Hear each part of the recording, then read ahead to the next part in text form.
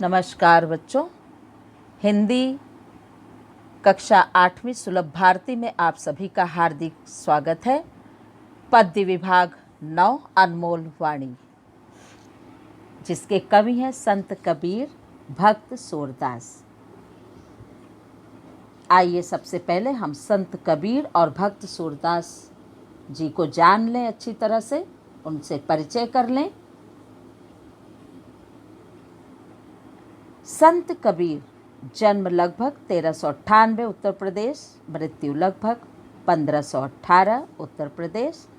परिचय: भक्तिकालीन निर्गुण काव्य धारा के संत कवि कबीर मानवता एवं समता के प्रबल समर्थक थे। प्रमुख कृतियाँ साखी, सबद, रामायणी, इन तीनों का संग्रह बीजक नामक ग्रंथ में किया गया है। भक्त सूरदास जन्म लगभग 1478, आगरा उत्तर प्रदेश, मृत्यु 1563 से 1591 के बीच। परिचय: सूरदास जी वात्सल्य रस के सम्राट माने जाते हैं। आपका नाम कृष्ण भक्ति धारा को प्रवाहित करने वाले कवियों में सर्वोपरि है। प्रमुख कृतियाँ सूरसागर, सूरावली, साहित्य लहरी, नल दमयंती आदि। पद्य संबंधी: यहाँ संत कबीर दास ने अपने दोहों में मनुष्य को सद्गुणों को अपनाकर आगे बढ़ने को कहा है, तो वहीं पर दूसरी तरफ भक्त सूरदास रचित यह पद सूरसागर महाकाव्य से लिया गया है। इसमें श्री कृष्ण की बाल सुलभ लीलाओं का वर्णन किया है। आइए अनमोलवाड़ी संत कबीर। बच्चों, संत कबीर बचपन से वो निर्गुण धारा के कवि थे। वह ऐसा उन्हें लगाव था, लेकिन बचपन से ही वो जुलाहा परिवार के तो थे ही, लेकिन पढ़ाई लिखाई में उनकी ज़्यादा दिलचस्पी नहीं थी। वो स्वभाव से फक्कड़ थे। वो सत्य के जिज्ञासु थे। उन्हें यथार्थ जानना था, जीवन का सत्य क्या है। वह सिर से पैर तक स्वतंत्र भावना के व्यक्ति थे। सिर से पैर तक मस्त मौला थे। वे वीर साधक भी थे, और वीरता अखंड आत्मविश्वास को आश्रय करके ही पनपती है। कबीर जिस साईं की साधना करते थे, वह मुफ्त की बातों से नहीं मिलता था। उस राम से, कबीर जिस राम को पूजने को कहते हैं, उनका कहना था कि उस राम से सिर देकर ही सौदा किया जा सकता है। सिर देकर मतलब अपने अंदर छिपी हुई जितनी भी बुरे ख्यालात हैं, घमंड है, अहम है, उसको त्याग करके ही हम ईश्वर तक पहुंच सकते हैं। कवि का कहना था, साईं सेत न पाइये, बाता मिले न कोय, कबीर सौदा राम सो, सिर बिन कदै न होए। इसी प्रकार से मौलिकता से भरी हुई बातों को कबीर हर समय अपने दोहों में उतारने का प्रयास करते थे। आइए देखते हैं पहला दोहा संत कबीर जी क्या कहना चाहते हैं। जैसा भोजन खाइए तैसा ही मन होए, जैसा पानी पीजिए तैसी बानी होए। कहा जाता है बच्चों कि हमारे भोजन का और हमारे ग्रहण किए गए पानी का हमारे तन मन एवं जीवन पर बहुत ही गहरा प्रभाव पड़ता है। संत कबीर जी इस दोहे के माध्यम से कहते हैं कि भोजन का प्रभाव जिस प्रकार हमारे तन मन दोनों पर पड़ता है, और वैसे ही जब हम पानी पीते हैं तो उसी प्रकार से उसका प्रभाव हमारी निकलने वाली हर वाणी पर पड़ता है। अगर हम भोजन करने बैठे हैं और हमारा मन जो है वह कुटिल भावनाओं को सोच रहा है, हमारे मन में सब नकारात्मक ख्यालात चल रहे हैं, तो उसी प्रकार से उसका असर हमारे स्वास्थ्य पर भी होगा।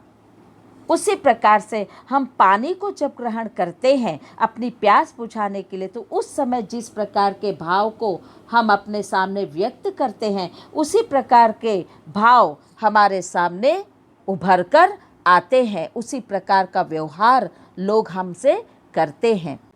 अर्थात हमारी संगति जैसी होती है वैसा ही हमारा व्यवहार होता है। बेईमानी से, लापरवाही से, गलत ढंग से, असत्यता से और गलत तरीके से कमाई दौलत से खा पीकर हम कभी भी अच्छे विचार नहीं ला सकते।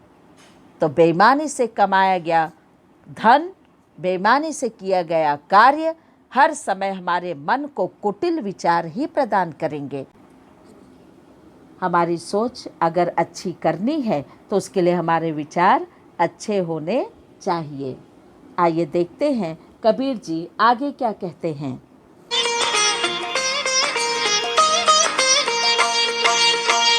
ऐसी वाणी बोलिए मन का आपा खोए, ऐसी वाणी बोलिए मन का आपा खोए, और इनको शीतल करे, आप हो शीतल होए, आप हो शीतल होए।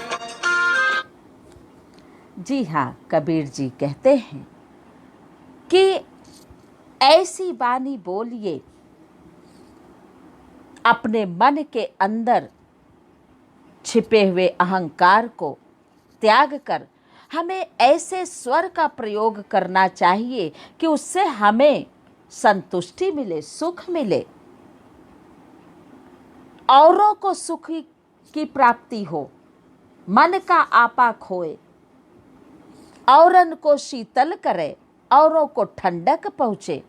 अर्थात ऐसे मीठे और नम्र वचन बोलने चाहिए कि हम औरों के दिलों में अपने प्रति विश्वास को जागृत कर सकें, और तो और हम दूसरों के विश्वास को हासिल करने के बाद हर एक के मन में अपने प्रति प्रेम स्नेह पैदा कर सके, ताकि सामने वाला यदि हमसे कुछ कहना चाहे तो वह बेझिझक अपने मन की बात हमसे कह सके। ऐसा नहीं कि मेरी कुटिल वाणी को सुन करके, मेरे खरे शब्दों को सुन करके वह अपने मन के भाव को कभी व्यक्त न कर सके। तो इस प्रकार से कवि कहते हैं कि ऐसी वाणी बोलिए, इस प्रकार के वाणी का प्रयोग करना चाहिए कि हम औरों के साथ साथ स्वयं को भी खुशियां प्राप्त कर सके। कहा है किसी कवि ने, यदि फूल नहीं बो सकते तो कांटे कम से कम मत बो। यदि हम दूसरे को खुशी नहीं दे सकते तो उसे दुख देने का या उसे दुखी करने का अधिकार हमारा नहीं है। इस प्रकार से कबीरदास जी कहते हैं कि अच्छी वाणी के साथ साथ उन्होंने देखा कि आखिर यह लोगों के अंदर ऐसा क्या है जो हर समय मनुष्य जाति वह अस्थिर है, बेचैनी है और तनाव से जूझ रहा है। कबीर जी चलते हैं देखने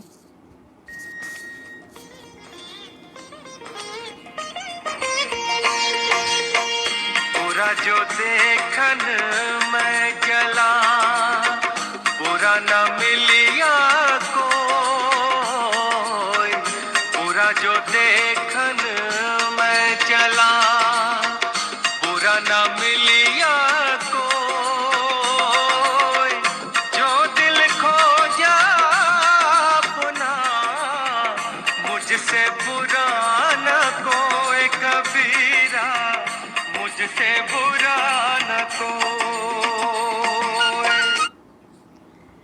जी हाँ, कबीरदास जी चल देते हैं कि आखिर क्या कारण है कि इंसान हर समय समस्याओं में ही उलझता चला जा रहा है। वह सुलझने के बजाय दिन पर दिन उलझता ही चला जा रहा है। तो चलो आज मैं चलूं, देखूं कि आखिर ये बुराई है क्या, और वह बुराई खोजने चल देते हैं। पूरे दुनिया में वो भ्रमण करते हैं और जहाँ जाते हैं वहाँ वो देखते हैं कि अरे हर इंसान जो है अपनी कमी को छिपा रहा है। बुरा जो देखन मैं चला बुरा न मिलिया कोई, बुराई को उन्होंने खोजना चाहा लेकिन कहीं कोई बुरा इंसान मिला ही नहीं। हर कोई अपने परिस्थितियों का गुलाम बन करके उससे जूझ रहा है, उसका सामना कर रहा है। जो दिल खोजा आपना मुझसा बुरा न कोई, कोई अपनी बुराइयों को नहीं देख रहा है। हर कोई दूसरे की चुगली, दूसरे की शिकायत, दूसरे की बुराइयां, दूसरों के बारे में शिकवा शिकायतें करने में लगा है।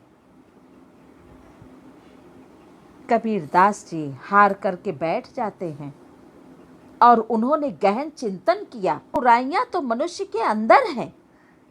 हम ये क्यों सोचते हैं कि मुझसा कोई नहीं इस दुनिया में, मेरे जैसा कोई न अच्छा है, मेरे जैसा न कोई सत्य की राह पर चलने वाला है, मेरे अंदर कोई बुराई नहीं है। तो यह ख्याल हर किसी के मन में है और इसकी वजह से कोई भी मनुष्य अपनी कमियों को, अपने अभावों को दूर करने में असमर्थ है। तो कबीर ने देखा कि सबसे बुरा मनुष्य तो उसकी आत्मा में छिपा हुआ है।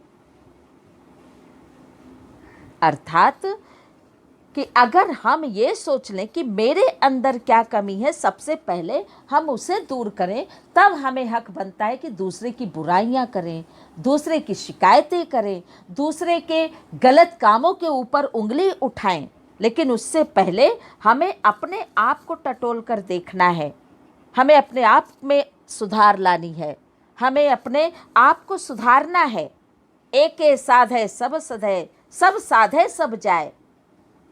तो इसलिए सबसे पहले हमें अपने आप को सुधारना जरूरी है, अपने अंदर सुधार, बदलाव लाना अति आवश्यक है।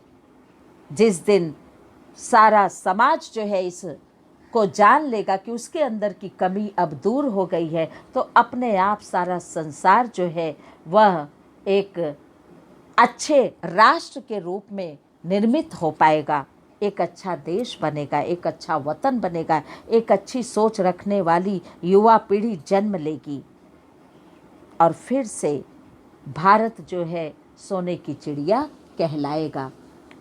चलिए भक्त सूरदास के साथ चलते हैं।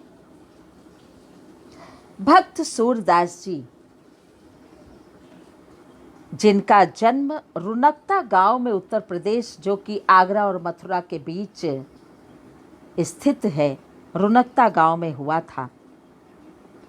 ये हिंदी साहित्य में भगवान श्री कृष्ण के अनन्य उपासक और व्रज भाषा के श्रेष्ठ कवि महात्मा सूरदास हिंदी साहित्य में सूर्य के नाम से माने जाने जाते हैं। कभी भी इनके जितनी भी शोर सागर ले लीजिए, शोर सारावली ले लीजिए, साहित्य लहरी ले लीजिए, इनके हर एक रचनाओं में वात्सल्य रस का दर्शन होता है। इसलिए वात्सल्य रस के सम्राट माने जाते हैं। वात्सल्य प्रेम से भरा हुआ ममतामयी रस, ममता से ओत प्रोत रसों का भंडार सा भरा होता है। आइए देखते हैं यहाँ पर कन्हैया जी के बाल लीलाओं का थोड़ा सा चित्रण, आपके थोड़ा सा झलक जो है सूरदास जी ने व्यक्त करने का प्रयास किया है। यहाँ पर श्री कृष्ण, कान्हा जी उम्र में बहुत छोटे हैं, वो अपने कमर में करधनिया और पाँव में पैजनियाँ पहने हुए छन छन की आवाज़ करते हुए आते हैं और मैया यशोदा अपने कार्य में व्यस्त हैं और उनको खींच करके उनकी धोती को पकड़ करके वो एक ही सवाल बार बार पूछ रहे हैं कि हे मैया, कब ही बढ़ेगी चोटी, कितनी बार मोहि दूध पियत भई, यह अजहू है छोटी। तू जो कहती बल की बेनी ज्यो, हवे है लांबी मोटी, काचो दूध पियावत पची पची, देत न माखन रोटी। सूर श्याम चिरौ जियो, दो भाई भैया, हली हल धर की जोटी। कवि सूरदास जी कहते हैं कि श्री कृष्ण अपनी माँ यशोदा से प्रश्न करते हैं कि हे मैया, ये जो मेरी चुटिया है, ये जो मेरे बाल हैं, ये कब बढ़ेंगे, कब ही कब बढ़ेंगी, बढ़ना, चोटी चुटिया या वेणी, ये मेरे बालों की वेणी कब बढ़ेगी, यह पूछ रहे हैं। नन्हा सा गोपाल अपनी माँ से प्रश्न कर रहा है। आगे कहते हैं कि कितनी बार मोहि दूध पियत भई, यह अजहू है छोटी। हे माँ, हे मैया, मैं कितने दिन से, कितना समय हो गया मुझे, मैं जन्म से लेकर अब तक मैं दूध पी रहा हूँ, लेकिन यह चोटी है कि बढ़ने का नाम ही नहीं लेती, यह अब तक छोटी ही छोटी है। कितना समय हो गया, मैं दूध पी पी कर बड़ा हो रहा हूँ, लेकिन यह चोटी मेरी कब बड़ी होगी, माँ तू बता दे। तू जो कहती बल की बेनी ज्यो, होवे है लांबी मोटी। हे मैया, तू तो कहती थी कि बलराम भाई की तरह, दाऊ भैया के समान तेरी चोटी भी बहुत जल्दी लंबी और मोटी हो जाएगी। पर यह क्या माता, यह तो अब तक छोटी है, न लंबी होने का नाम ले रही है, न ही यह मोटी हो रही है। आखिर क्या कारण है? इतना कहकर कान्हा जी सोचने लगते हैं। कुछ पल सोचने के बाद और उनके इस मुखर मुद्रा को बड़े ही प्रेम में विभोर होकर के माता अपने वात्सल्य प्रेम से ओतप्रोत होकर के चुपचाप मुस्कुराते हुए सुन रही हैं उस बाल की लीलाओं को, बाल की वाणियों को। आगे कन्हैया जी कहते हैं, काचो दूध पियावत पच पच, देत न माखन रोटी। ओह मैया, अब मुझे समझ में आया कि मेरी यह चोटी क्यों नहीं बढ़ती है और क्यों नहीं लंबी हो रही है, क्यों नहीं मोटी हो रही है। मुझे पता है माता, क्योंकि तू बार बार मुझे ही कच्चा दूध पीने को देती है, माखन रोटी तो देती नहीं। पची पची मतलब बार बार बार, काचो कच्चा, पियावत पिलाना, माखन मक्खन, रोटी रोटी। तो मुझे पता चल गया है कि तू बचपन से मुझे यह बार बार कच्चा दूध ही पीने को देती है, मक्खन रोटी तो देती नहीं, और दाऊ को तू जो है बार बार उसे रोटी में मक्खन लगा करके देती है। तो उसके बाल तो बढ़ेंगे ही, उसकी चोटियाँ बढ़ेंगी, उसके छोटे भैया के चोटी जो है वह मोटी होगी। ऐसा क्यों कर रही है माँ? तो सारा दोष तो तेरा है, तो मुझे मक्खन रोटी देती ही नहीं है। और इस प्रकार से सारा इल्जाम वह नन्हा सा बालक, नन्हा सा बाल गोपाल कन्हैया गिरिधर लाल जो है अपनी माँ पर मढ़ देते हैं। इस पर कवि सूरदास जी कहते हैं, सूर श्याम चिर जीवो दो भैया, हरि हल धर की जोटी। सूरदास जी कहते हैं कि हे ईश्वर, हे विधाता, इन दोनों भाइयों को हरे कृष्ण और बलराम जी को दोनों भाई को लंबी आयु प्रदान कर, तुम दोनों लंबी आयु लेकर जीवित रहिए। दोनों भाई चिरंजीवी हों और हरी हलधर की जोड़ी बनी रहे।